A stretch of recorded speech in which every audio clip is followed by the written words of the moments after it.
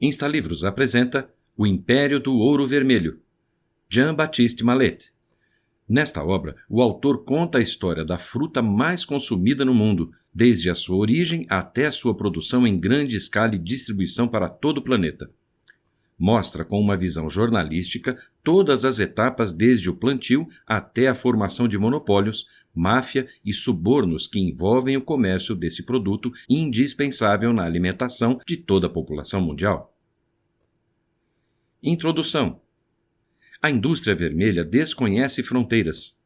Em toda a superfície do globo terrestre, barris de concentrado de tomate circulam em contêineres. Este livro-reportagem descreve a história secreta de uma mercadoria universal.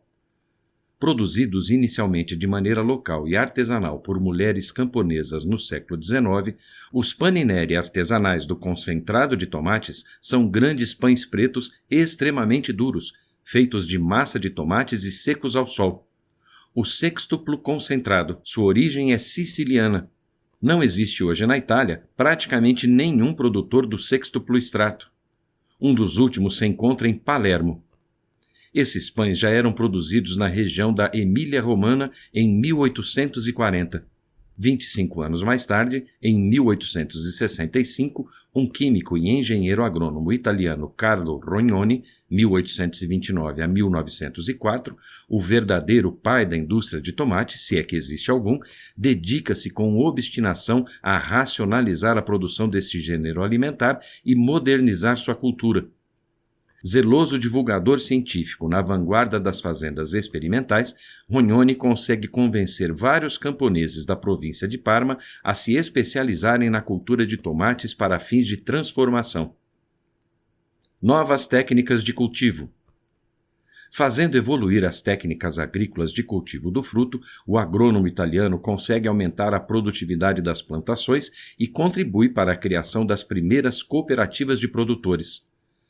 A partir do fim do século XIX, a Itália já é exportadora de conservas e tomates. No início do século XX, o país se impõe como o maior exportador mundial.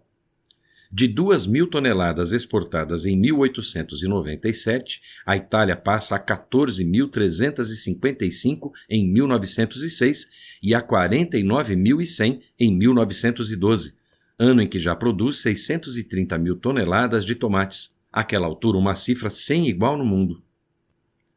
Os países com uma forte presença de imigrantes italianos recém-chegados se tornam muito rapidamente os maiores importadores de conservas de tomate.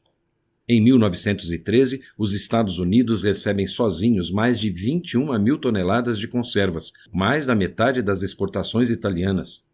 No mesmo ano, a Argentina importa 6.000 toneladas. A empresa Sírio já está então entre as fábricas de conservas que exportam para todos os continentes. A partir dos anos 1920, graças a campanhas de publicidade em vários países, a Sírio se vê no topo de um império. Hoje em dia, no Museu do Tomate Industrial, em Parma, jaz uma velha máquina de transformação em cobre de nome francês digna de um romance de Júlio Verne. La Boule, a bola. Há mais de um século, os italianos desviaram o uso dessa máquina, utilizada por fabricantes de cerveja, e passaram a adotá-la em prol dos tomates. As bolas são as primeiras máquinas utilizadas pela indústria italiana de concentrados. Elas quase não evoluíram tecnologicamente desde o século XIX. Continuam indispensáveis à indústria, servindo como compartimento dentro do qual o concentrado é trabalhado. Início da industrialização. Inicialmente destinada aos marinheiros, a conserva, essa nova mercadoria, acaba sendo exportada rapidamente para o mundo inteiro. Na alvorada dos anos 1860, a França ocupa o lugar de maior exportador mundial de sardinhas em conserva. Um tratado de livre comércio com a Inglaterra abre as portas dos impérios coloniais à produção. É por volta dessa época, em 1856, que Francesco Sírio, com apenas 20 anos de idade, inaugura em Turim a primeira fábrica de conservas industriais da Itália. Na Exposição Universal de Paris, em 1867, Sírio causa furor, exportando suas conservas de tomates àquela altura para o mundo inteiro, de Liverpool a Sydney. Em 2 de julho de 1871, a Itália é quase totalmente unificada. Círio instala várias fábricas de conservas no sul do país, onde organiza e estrutura a atividade agrícola em vastas extensões da zona rural. E é com essas usinas que se inicia a tímida industrialização do sul da Itália. A conserva metálica marca o início do desenvolvimento acelerado da indústria de alimentos na América do Norte e estimula a produção na Europa.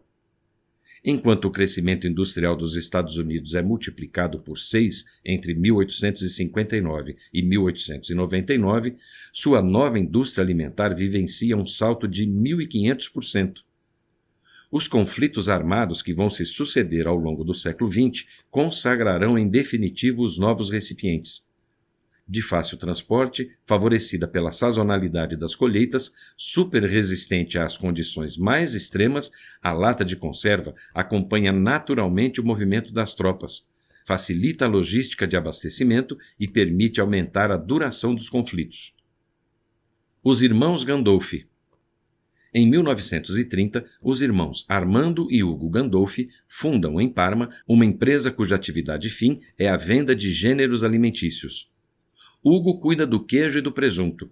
Armando é o homem das conservas, fiel a elas até sua morte em 1969. Com seu filho Rolando Gandolfi, a empresa se abre para o mercado externo, movimenta quantidades absurdas de concentrado de tomate e conta, entre seus muitos numerosos clientes, com empresas como a Heinz Company. A Gandolfi se transforma a partir da segunda metade do século XX na sociedade de comércio de tomates industriais mais influente do mundo, posto que ocupa até hoje. Rolando Gandolfi morreu em 2002. Muito cedo ele encontrou seu fiel braço direito, um homem que ao longo de toda a sua carreira viajou a todos os países do mundo em nome do patrão e trabalhou para construir as mais diversas vias de escoamento comercial. Silvestro Pieratti. Eu era químico por formação. Num dia qualquer de 1964, alguém da Estação Experimental da Indústria das Conservas Alimentares, Stazione Sperimentale Industria Alimentare, ou SICA, de Parma, me telefonou para dizer que uma usina precisava de mim para uma bateria de análises. Foi assim que ingressei na indústria do tomate. Em 1969, comecei a trabalhar com Rolando. Juntos, logo iniciamos uma série de viagens ao estrangeiro numa época em que isso não era comum. Primeiro fomos à Grécia e à Turquia, em seguida a Portugal. Na Grécia, o setor nasceu após minha chegada no início dos anos 1970 com um ótimo cliente meu, Pasquale Petti. Era o pai de Antônio, hoje presidente das empresas Petti. Pasquale podia comprar muitas conservas e nós, os Gandolfi, sabíamos como fornecer a quantidade que ele quisesse. Toda a indústria mecânica estava aqui, em Parma. Todas as máquinas de ponta eram fabricadas a 2 passos do nosso escritório. Nós tínhamos o know-how. Então, era só pisarmos num país que a transferência de tecnologia se realizava automaticamente. Em seguida, comprávamos o concentrado produzido localmente. Foi com a Grécia que nossa abertura internacional começou. Na época, nós não estávamos sós. Havia muitos negociantes no ramo. Mas com nossos conhecimentos, capacidades e amizades, a Gandolfi virou a líder mundial a partir dos anos 1970. Tínhamos, então, excelentes relações com Heinz, Nestlé, Kraft, Panzani e muitas outras.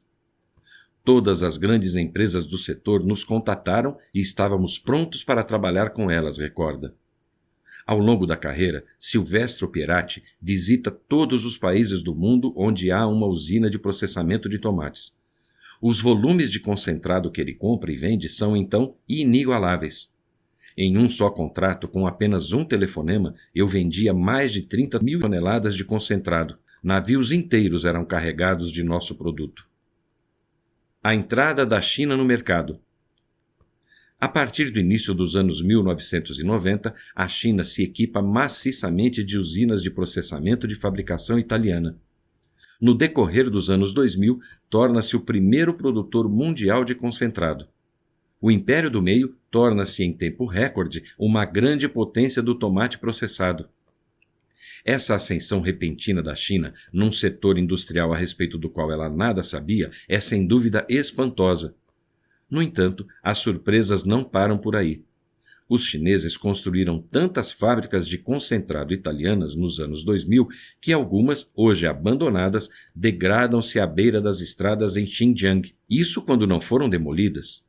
Como explica Davide Ghilotti, antigo repórter da Food News e especialista do ramo.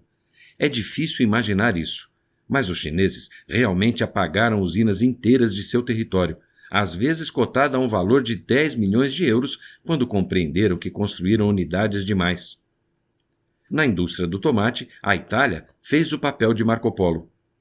De fato, foram os italianos que ofereceram os primeiros equipamentos à China. Os fornecedores de máquinas originárias de Parma, na Itália, foram à China auxiliar na implantação das fábricas, ajudar na produção e garantir a transferência de tecnologias e de know-how para a formação de pessoal. Tudo organizado pelos italianos. Os equipamentos, muitos deles da marca Rossi e Catelli ou Ingrossi, vinham do norte da Itália. Depois, o concentrado de tomate foi vendido no sul, na região de Nápoles, para Russo ou Petti. Os italianos não se limitaram a fornecer os equipamentos. Desde o início, eles compraram toda a produção de concentrado. De uma elegância sóbria, os escritórios da empresa Gandolfi, líder mundial no comércio de concentrados de tomate, são tão espaçosos quanto discretos.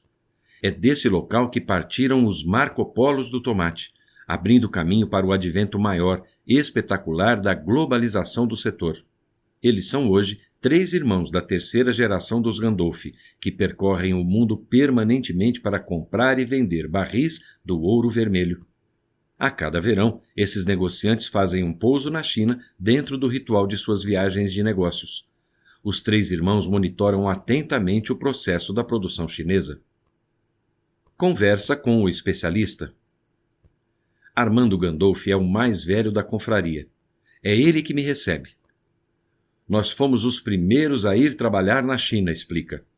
Garantimos a continuidade de nossa intervenção com consultorias técnicas e fornecimento de especialistas italianos. E estamos hoje entre os maiores importadores de produtos chineses do mundo. No comecinho dos anos 1990, Armando Gandolfi é o primeiro negociante italiano a ir à China. Sua viagem comercial deve antever a construção de uma cadeia produtiva chinesa, coisa que à época era difícil de se imaginar.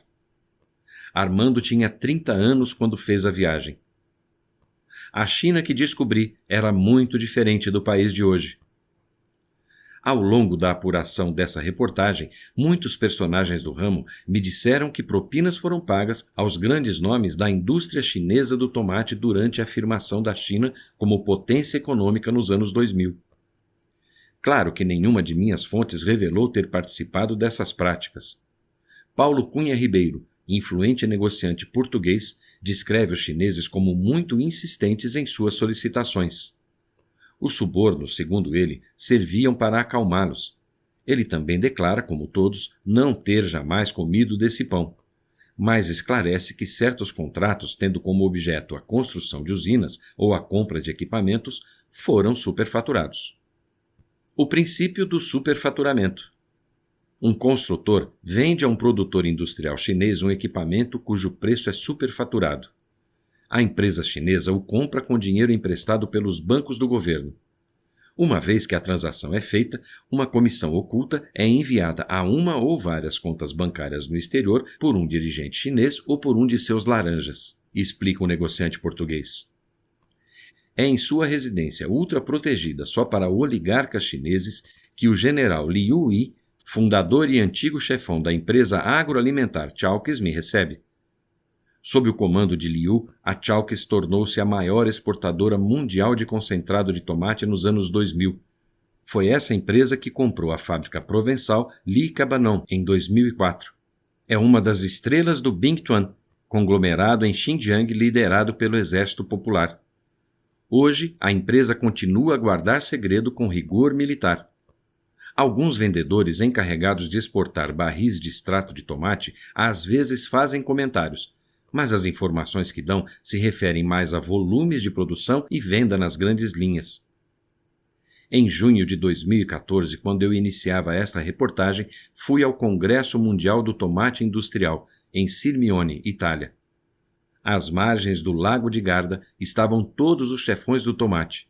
Grandes grupos de processamento que produzem concentrados em barril, negociantes, intermediários, compradores das grandes multinacionais agroalimentares como Heinz, Nestlé ou Unilever, os mais altos nomes do ramo que produzem as centenas de milhares de toneladas de concentrado que a humanidade consome anualmente, reuniram-se ali por 3 dias a portas fechadas. As câmeras de televisão eram proibidas. A partir dos anos 1990, tal país asiático cresceu em potência na indústria de tomate processado até virar a líder global dos extratos no início dos anos 2000. Em 2016, mesmo não tendo a maior produção mundial, ainda eram os Estados Unidos, via Califórnia. A China continuava a ser a maior exportadora. Por que um país sem mercado interno se lançou nessa cultura tão específica? Um gênero de alimento que ele mesmo quase não consome. Por que cultivar tomate industrial em Xinjiang, o extremo oeste chinês? Qual foi o papel do Exército Popular em Bingtuan? E quais eram as razões da luta entre 2 gigantes chineses, a Kofkotune e a Chalkis? Perguntas que não foram respondidas. O impacto na sociedade.